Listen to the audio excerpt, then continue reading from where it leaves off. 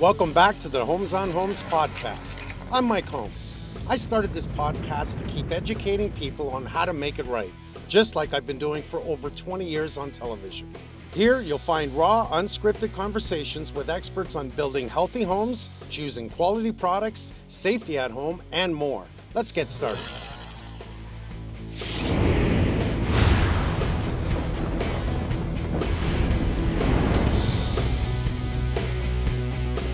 Remember 2 years ago, I had two great guys in, and we were on my property cleaning up my pond because of this overgrowth of cattails, whatever you want to call those green things that come up with the brown top. I call them cattails. Since then, it has actually come back. So I have brought back Joe and Nick DeMarco from Weeds Be Gone, and we've already had a subject about this, and it's going in a direction that I think everyone needs to hear.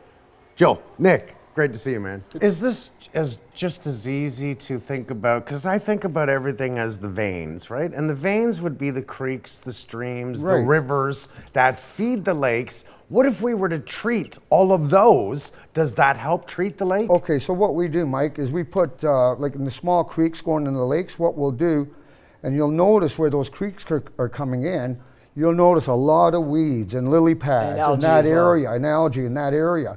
So what we do is we'll put nutrient sponges in those creeks, which filters the water before it hits the lake.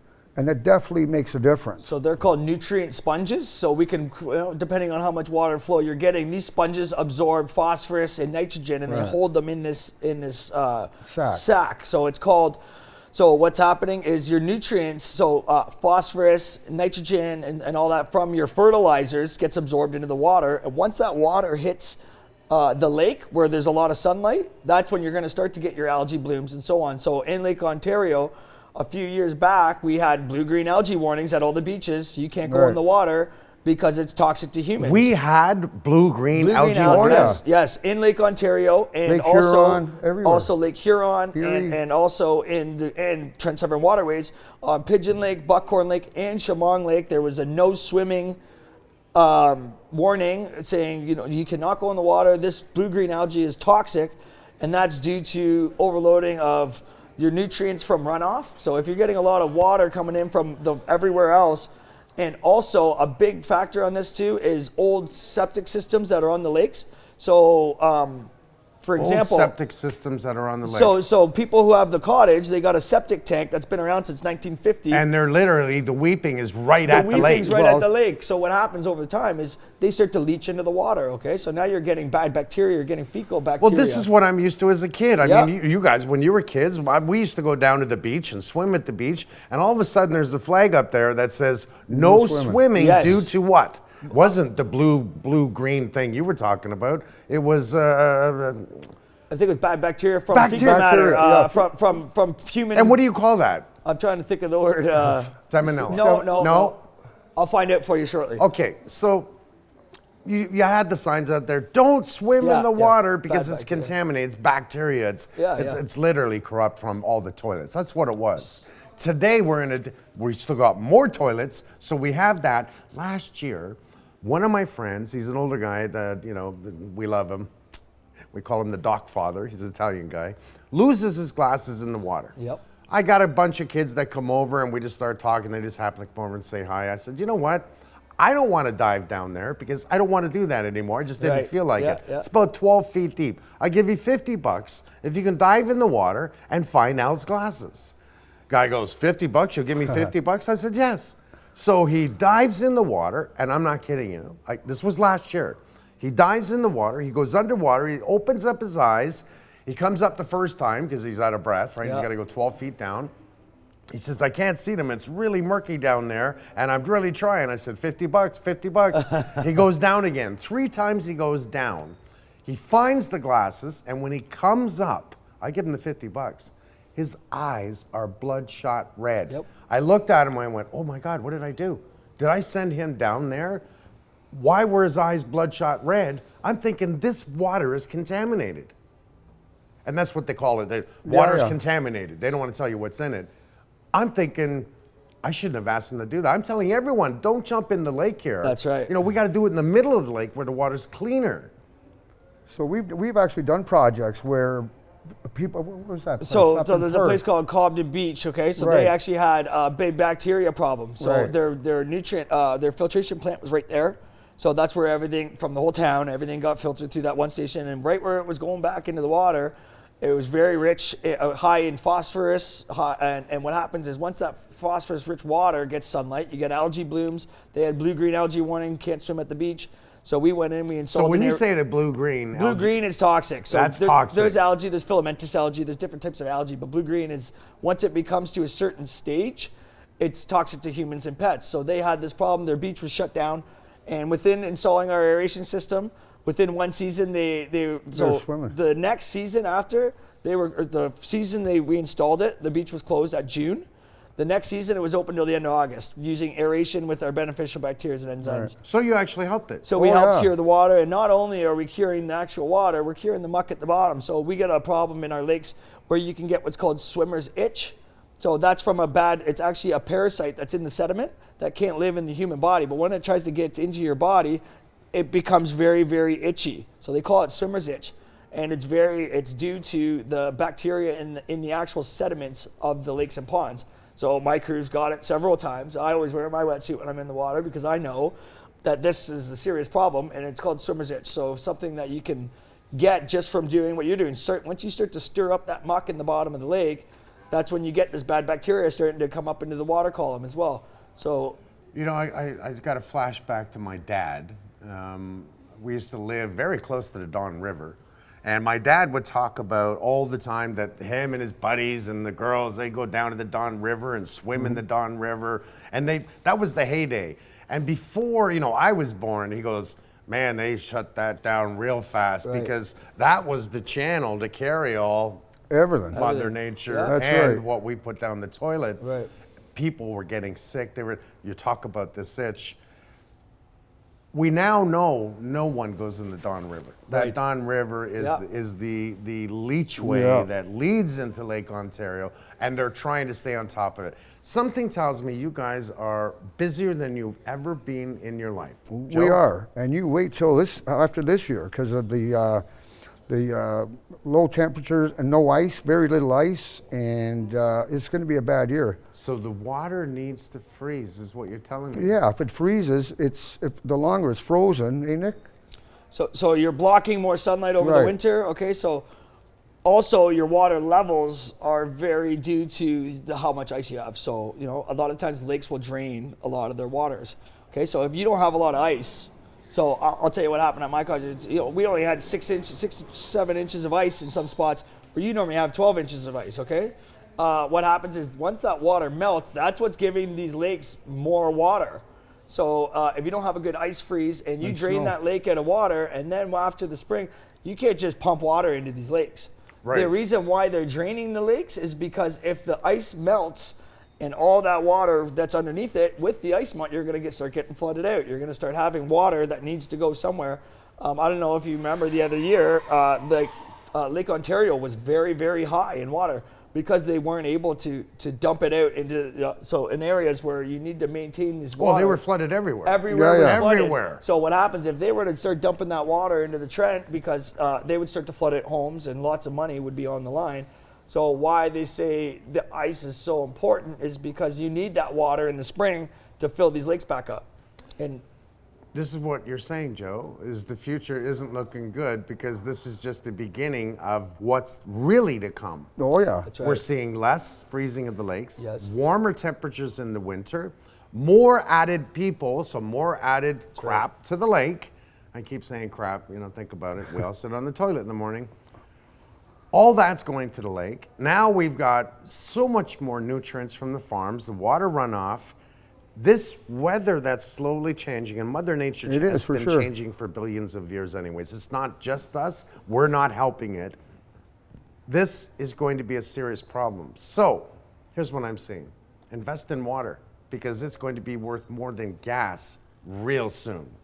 That's right. So no water, no life. One thing he always told me that back in the day. He goes, water's the most important thing in the world. And I said to myself, funny, we have the most freshwater lakes in the world with zero maintenance. So, I thought to myself, what do you know in the world that doesn't get maintained? Okay, you got governments that own the forest, they're planting trees for more oxygen, they're doing all the stuff. There's not a lot of money going into lake management, and the reason why I think this is happening is nothing really gets paid attention to until something happens. So now that we're 50 years into these weeds rotting, the muck levels are so high now the weeds are actually starting to come to the surface, or they're actually starting to grow because the water levels are so high. So one problem that happened was we had zebra mussels came in, and This was a big thing. So zebra mussels cleaned the suspended solids out of the water, which allowed the sun to penetrate deeper. Right. So now the sun's penetrating to the water down at the bottom of the lake, 17 feet deep, and you're getting weeds coming right to the top of the water. Now you're getting more material breaking down at the bottom of the lake in the winters. You're getting more muck levels. So what I always said when I used to work, we always had standard operating procedures. I know when somebody got hurt, there was now a new standard operating procedure on how to deal with that problem. Now what I'm saying is people aren't seeing this problem until now it's arised right in front of their eyes. Sometimes it's too late. So in a pond, being left unmaintained so long, it's a process that calls eutrophication. If the pond dies and you don't have enough depth in water and you don't have I can't go in there and cut it and clean it and put an aeration system and cure that problem.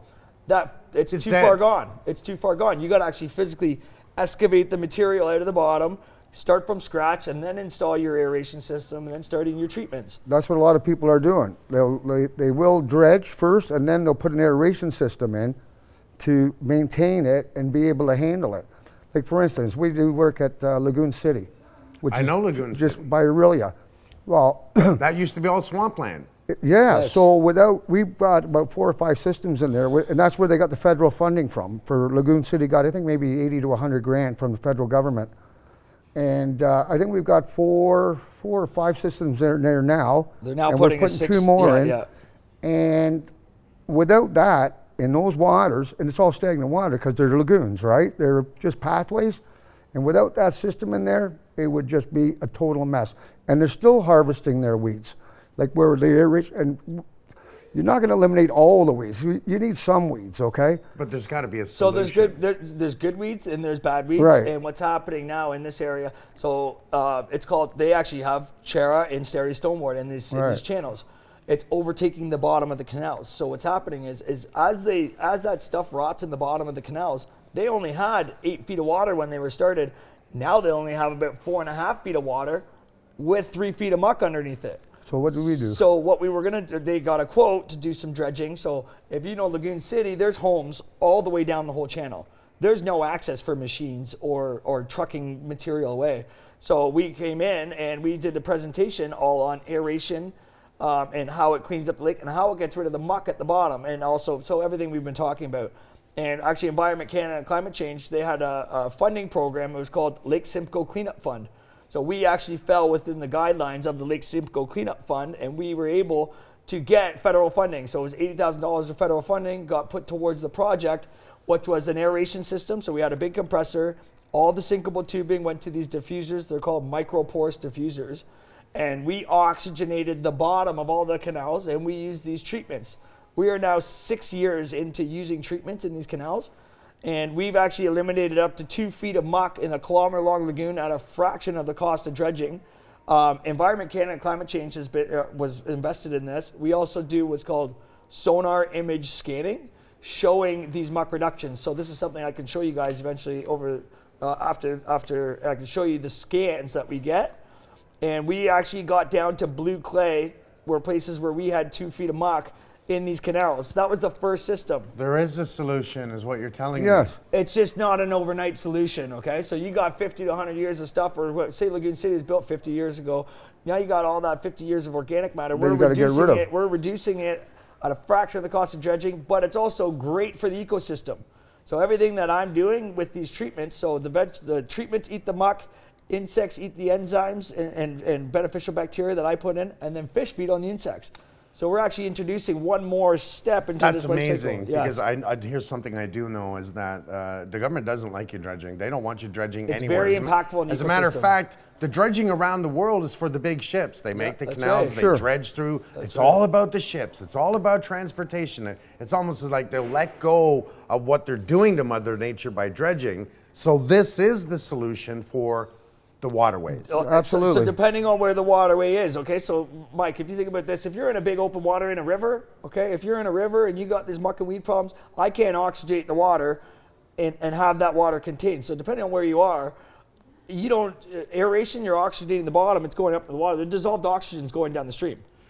So depending if you're trying to treat downstream, it could be beneficial. But if you're right in that river channel and you're trying to get rid of the muck right here, it's very difficult to contain the oxygenated water and use your treatments in that area. So that's why we have other products and solutions as well. So depending on what products you wanted to sell or what people wanted to use, we sell a weed mat. We sell our service where we actually harvest weeds. So in the Trans-Severn waterways and the Rideau Canal, you need a permit to cut your weeds. You can't just go in and cut your weeds anywhere, okay? So now that you're saying that, other than the Trent and the Rideau, which they just went to a 5-year permit now, because you have to get one every year, and you can't even get them. The Trent, they are so hard to talk to or even try to deal with them. It's ridiculous. So what's happening? And meanwhile, they know there's a problem. So I'll tell you why there's such a problem getting a hold of these people. So there's so many millions of cottages on these waterfront properties, and I would say probably 50 to 75% of them have weeds, and they all call one number. Could you imagine how many voicemails they got sitting on that line, right? So, and they're worried about water levels. They're worried about their shore walls are starting to break down over the years due to so on and so forth. So there's not enough attention on the weed management because it's never been a problem before. Now it's starting to take over the lakes. Now it's starting to get addressed. Some cases, so there's a lake called Shamong Lake. It's almost too far gone. It's turning into marshland. 3/4 of the lake is all swallowed up by bulrushes, cattails, and now there's the new weeds that are invasive. It's called the Phragmites. So all Lake Huron, all along the shores, this is a very, very invasive plant. It grows about 20 feet tall, okay? And when it dies off over the winter, the stem stays there, but they reseed, so another plant will grow up beside it. So you see down the side of the highway, when you go down the side of the highway, there's these big plants that are covered down. They can reseed up to a kilometer away.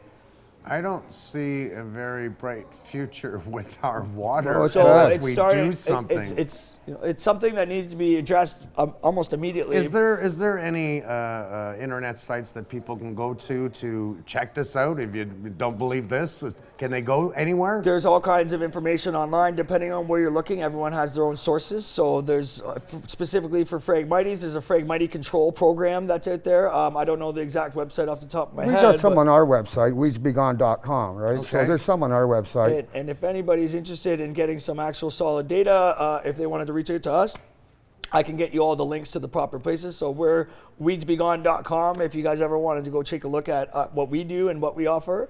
But if you're looking for types of invasive plants, ways of dealing with these plants, regulations on where you are, we can provide that information for There's you. some on our website. And they can probably just Google it. Invasive right. plants Yeah, you in our can, lakes. absolutely. Yeah, and the invasive plants are specifically Eurasian milfoil. You got Chera, or they call it Cara, and you got starry stonewort. There are 3 main killers of the lakes right now that are taking over, and in some cases we're losing a lot of fish population due to rotting and lack of oxygen at the bottom of the lakes as well. This isn't looking good, and all of a sudden I'm not feeling too good about asking you guys to fix my pond. Seriously. Well, we can make your pond swimmable. So what it comes down to is in a pond, it's a little bit easier to maintain and cure. Because it's a small body of water. It's a contained body of water. It's a smaller area, and it's all about getting it at the proper level. So just like your fish tank, okay? So if you have your fish tank, if your phosphorus levels are too high, you need to bring them down in order for other treatments to work. So there's a happy medium that you need to get in order to keep everything functioning properly. One of our lines is we turn swamps into swimming pools. Depending on where you are and what you got. Okay, well, I feel good about that, and I feel good about you two being on the planet right now that not only has just educated me and you, it's obviously a huge importance that we pay attention to the waters. Yes, sir. And I get why the government doesn't want to talk about it, because the government never wants to pay for these things, nor do they want to be blamed for it. And I would never want to be in the government. Just like I mentioned earlier, Mike, we always fall behind. The U.S. is usually, so they're getting into doing whole lakes with aeration, which sooner or later, that's got to happen here. And they used to chemically treat these waterways. That's right. So chemicals are now becoming obsolete. Chemicals are very, very no chemical is really good for the ecosystem. So what's happening is they used to treat with chemicals. And now they're using aeration with beneficial bacteria and enzymes. So they're working on it. They're getting there. We're starting to so develop, the chemical. So we used to go to the NOMS conference. We went for 3 or 4 years in a row. National down in the States. Natural Lake. Yeah, what is it? North American Lake Management Association. So we used to go to those conferences, and there's a lot of chemical companies. So the chemical companies got a big say in what they're doing. So they would say aeration doesn't work. Yeah, they'd shut us down all the time. Yeah, they'd say aeration don't work. Aeration doesn't work. And now, look what they've gone to now. Now they're all going to aeration, right?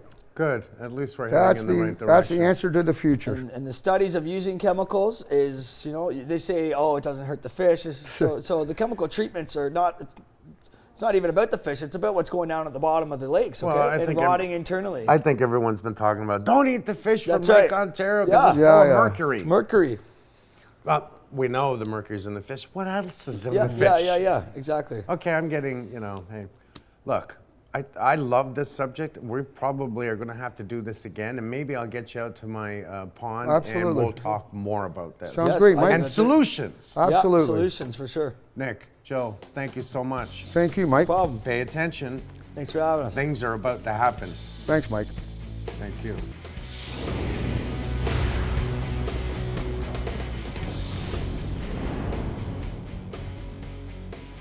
If you like the show, check out the episode page on makeitright.ca for more tips. Listen on Spotify, Apple Podcasts, YouTube, and Amazon Music. Subscribe so you don't miss an episode.